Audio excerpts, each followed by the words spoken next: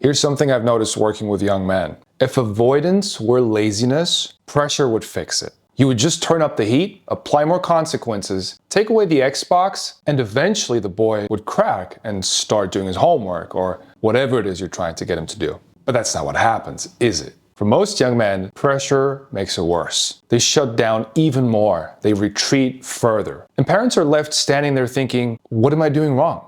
Why won't he just try? And I want to offer a different way of thinking about this because I think the word lazy is doing a lot of damage. It's kind of a moral judgment disguised as a diagnosis. When we call a teenage man lazy, we're saying he's choosing comfort over effort, that he could do the thing, but he's just not willing to. And sometimes it's true, but most of the time, like with the teen men I work with, what looks like laziness is actually something else entirely. It's avoidance. And avoidance isn't a character flaw. It's a learned protection. Laziness is a story we tell when we don't understand fear. Let me explain what I mean by that. Avoidance shows up when a boy's nervous system learns that starting something leads to overwhelm or threat, or just this deep sense that things are about to go sideways. It's not that he doesn't want to do the thing, it's that somewhere along the way, his system stopped believing that doing the thing is safe. I don't mean physically safe, I mean psychologically safe. His brain has learned to associate effort with danger, with exposure, with the risk of being found out as not good enough. Now, the easiest way to understand this is through what I call the burned hand metaphor. Imagine you touch a hot stove. You don't think, you don't debate, you don't weigh pros and cons. Your hand pulls away instantly, not because you're weak or because you're lazy, but because your nervous system is doing its job, which is to prevent injury. And here's the thing, if you keep touching that stove over and over, your hand learns. It doesn't just pull away after contact,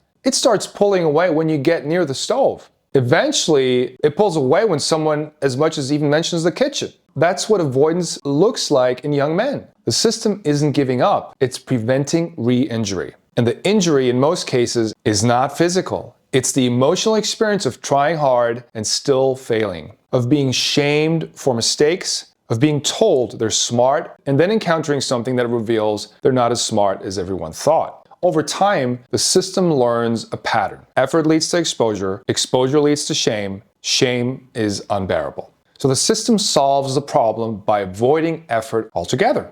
Let me give you a concrete example. I worked with a young man a couple years ago. We'll call him Jonas. He was 16 years old, smart, articulate, could hold a conversation like an adult. His parents brought him to me because he was failing most of his classes despite testing in the 95th percentile on every standardized test he'd ever taken. Teachers kept saying the same thing. He's so bright, if only he'd apply himself. And his parents were sort of tearing their hair out. They couldn't understand why their smart son wouldn't just do the work. But Jonas wasn't refusing to do the work. He was freezing. He'd sit down at his desk, open his laptop, stare at the assignment, and then just, shut down. He'd switch to YouTube or Reddit, and if you asked him about it later, he couldn't really explain why. All he could say would be, I don't know, I just couldn't start. So I asked him to walk me through what it felt like. And what came out was this. He'd been shamed repeatedly by a middle school math teacher for making calculation errors.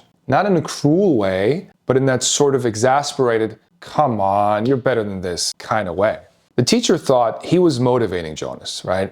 What he was actually doing was teaching Jonas's nervous system that effort equals exposure equals humiliation. By the time Jonas got to high school, his brain had generalized the pattern. Any task that required sustained effort became a trigger. His system would flood with anxiety the moment he tried to start anything. And the only way to make the anxiety stop was to avoid starting. This is what I mean when I say avoidance is a learned protection. Jonas wasn't lazy. He wasn't choosing to fail. His nervous system was protecting him from what it had learned was a threat. And you can't pressure a nervous system into trust. That's not how it works. You can punish it, you can shame it, you can take away privileges, but none of that changes the underlying association.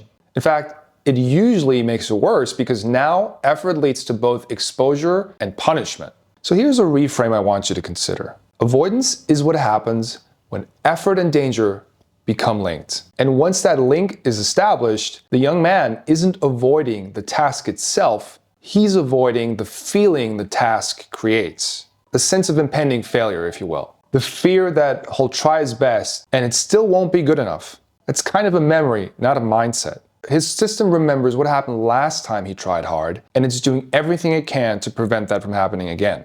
Now, this is where a lot of parents get stuck because they think the solution is to just convince their son that this time will be different. Like you sit him down and you say, "Look, I believe in you. You're capable. Just give it a shot." And he nods and says, "Okay," and then nothing changes. Why?